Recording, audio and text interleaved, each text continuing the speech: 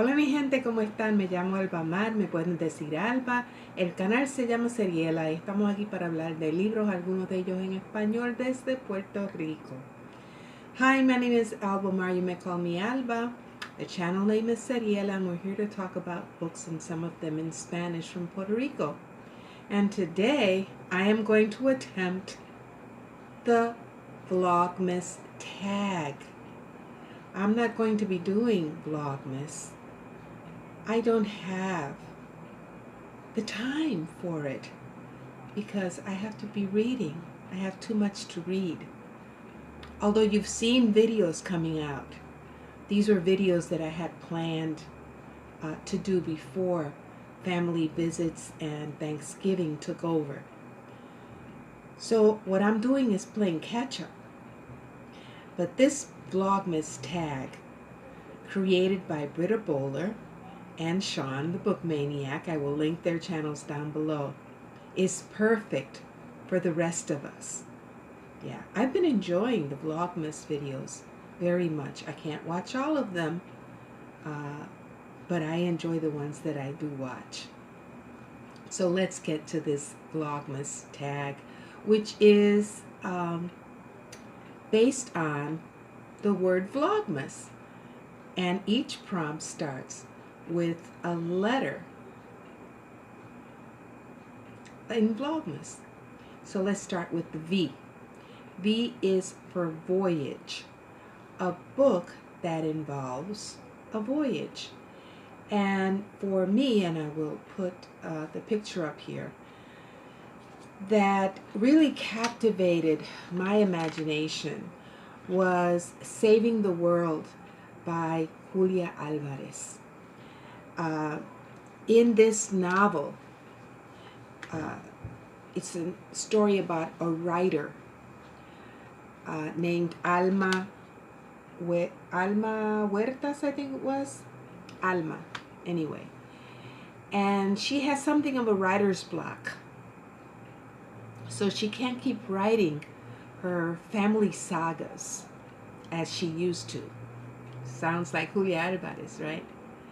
So she ventures into an investigation, a novelization, a fictionalization of a real life historical expedition.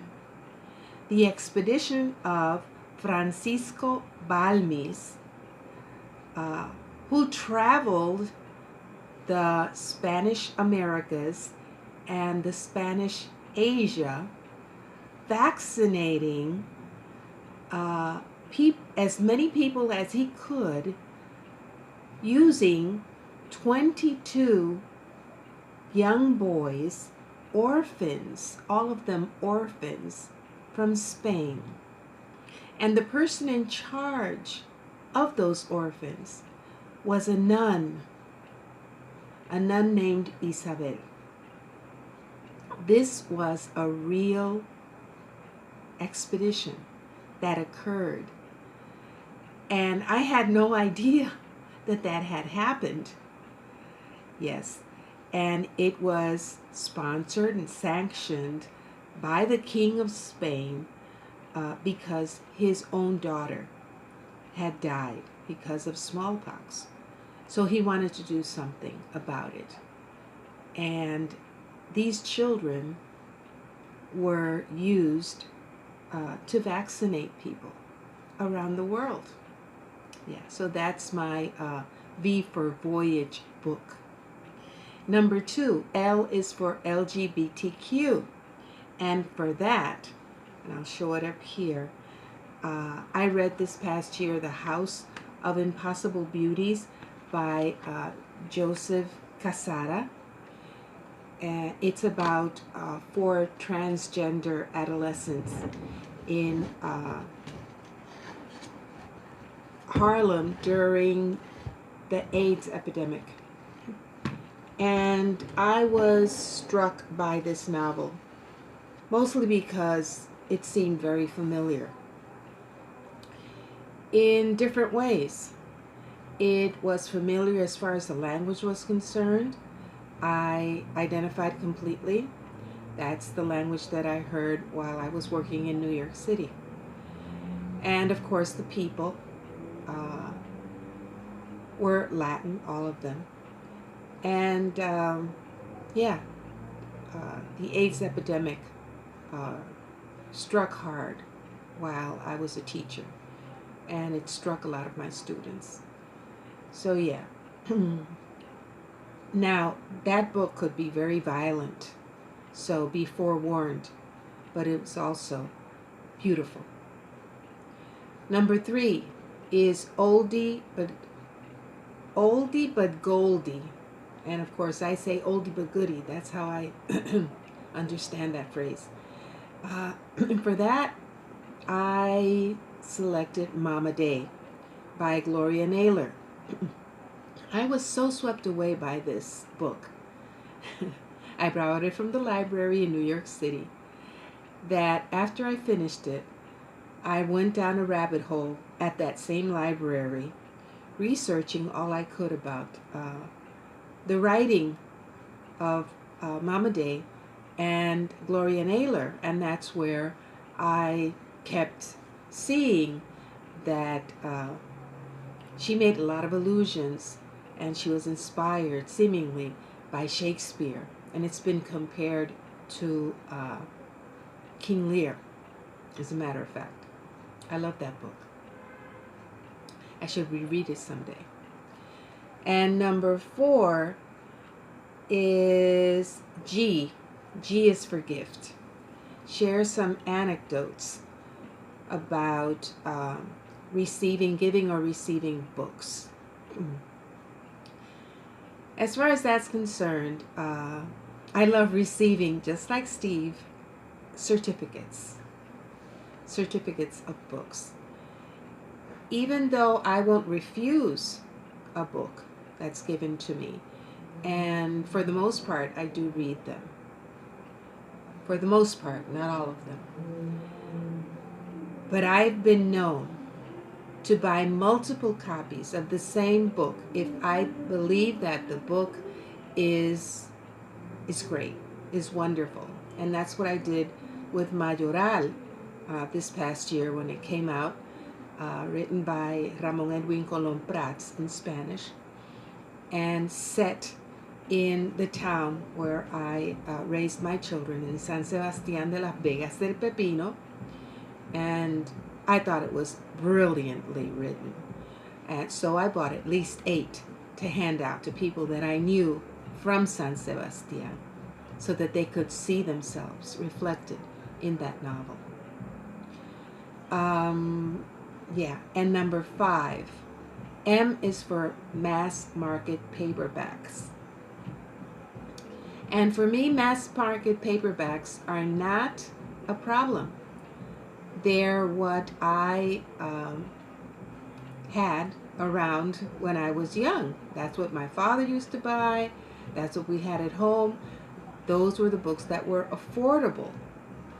So, as a matter of fact, if it wasn't for mass market books, I wouldn't be able to be reading The Name of the Rose right now, which is a mass market book that I found at the used book fair, as a matter of fact. And I also read La Pobreza, and they're up there somewhere. And if I can take a picture of them, I'll put them up so that you can see them. So now, I don't have any problem with mass market paperbacks. I know that they're fragile, yeah, but that's what I grew up with. So I'm grateful. Number 6, All in the Family. Talk about the family, whether we were a family of readers or not. Well, my father and mother worked as teachers, first in the Dominican Republic and later in Puerto Rico for short periods of time before they went to Chicago to work, not as teachers. But they always had this respect for learning. And I've already told you the story about how my father did not approve of comic books, so he he bought my brother and I Junior Classics Illustrated. And that's how I came to know the Three Musketeers and some of Shakespeare's best-known stories, Tom Sawyer also, Huckleberry Finn, things like that, in Junior Classics Illustrated form. Yeah, my father was a little bit of a snob, and he loved nonfiction. He didn't believe in fiction because fiction was like lying. Yeah, and so every problem was resolved with a book, and I sort of inherited that from him. And he would buy books for all sorts of situations. But that attitude that he had, he used to try to influence my mother and get her to read more. She wasn't having it. She rebelled. She couldn't take the attitude. But after they divorced, I did see my mother read a lot. And as a matter of fact, when she used to come from Chicago to help me out with my 3 children and would stay for long periods of time, she would read to them every single night. And if I can find the picture of the resource that she used to, by that time she was back in the church, and she would read El Amigo de los Niños, which is a publication that the Adventists used to print out for the children of their churchgoers, their church members. And she would read to my eldest son every night, every night, every night, every night, the lesson for the week. Till one day she realized that she thought he was repeating. He had memorized what she had been reading during the week.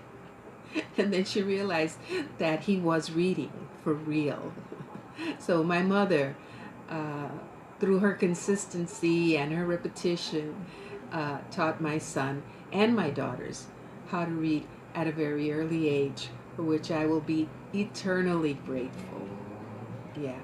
And then, before I forget, they bought us encyclopedias. The World Book Encyclopedia, which I will put up here, as a matter of fact, along with the Childcraft volume set for children. And I love that #1 especially. The #1 volume of Childcraft. And along with that sale package of World Book Encyclopedia with the Childcraft, there came like a learning machine. I don't know if you guys ever had that. People from my generation. And I will link it up here, although the picture that came up on Google, I don't recall it being that kind of a design. But anyway, it was a learning machine. And I would spend hours. And if the learning machine was being used by my brother and I was bored, I would just, grab the World Book Encyclopedia and I would read the encyclopedia. I found it fascinating. Well, that's what we had in those times, way back in the Middle Ages. And the last, I think the last prompt? Yes. A is for All in the Family. I did that one. The last one is S is for Santa. And as somebody said before, I am my own Santa. Besides, I don't do Santa. Here in Puerto Rico, a lot of people do both. They do Santa and the 3 Kings. In my family, we only do the 3 Kings on January the 6th. And but what would I like for Christmas? I really don't have a preference. I don't have a wish list of books for Christmas. But there are some things that I've been wishing for. And one of those is a book I used to have. You know that I've already mentioned that I love Chinese history, and one of my bucket list countries a while back was China. Now it's South Korea. But anyway, it used to be China. And back when I was raising my children in San Sebastian, and I think I was subscribed to Time Life books, maybe. I got a hardcover edition of a Time Life book about China. At that moment in time when Nixon and Kissinger had gone to visit China, and suddenly everywhere you looked, people were singing the praises of the Chinese people and the Chinese's resourcefulness and the way their frugalness, yes, I remember their frugalness, and the way they worked hard. They were hard workers.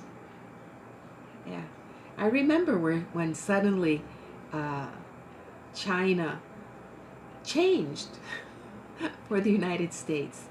And I remember that book because it would talk a lot. It would mention this phrase repeatedly. Good thinking. How the Chinese at that time, right, in the early 1970s, would value correct thinking, I think was the phrase, correct thinking. And I would love to get my hands on that book again. It disappeared. I don't know where it went, but I would love to see that book again. As always, Time Life had beautiful photographs, but the text is what caught my attention. Yeah, and then another wish, and this is like, I'll probably never get it, is the 15-volume set about the complete works of Dr. Ramon Emeterio Betances, who is the father of Puerto Rican, considered the father of Puerto Rico.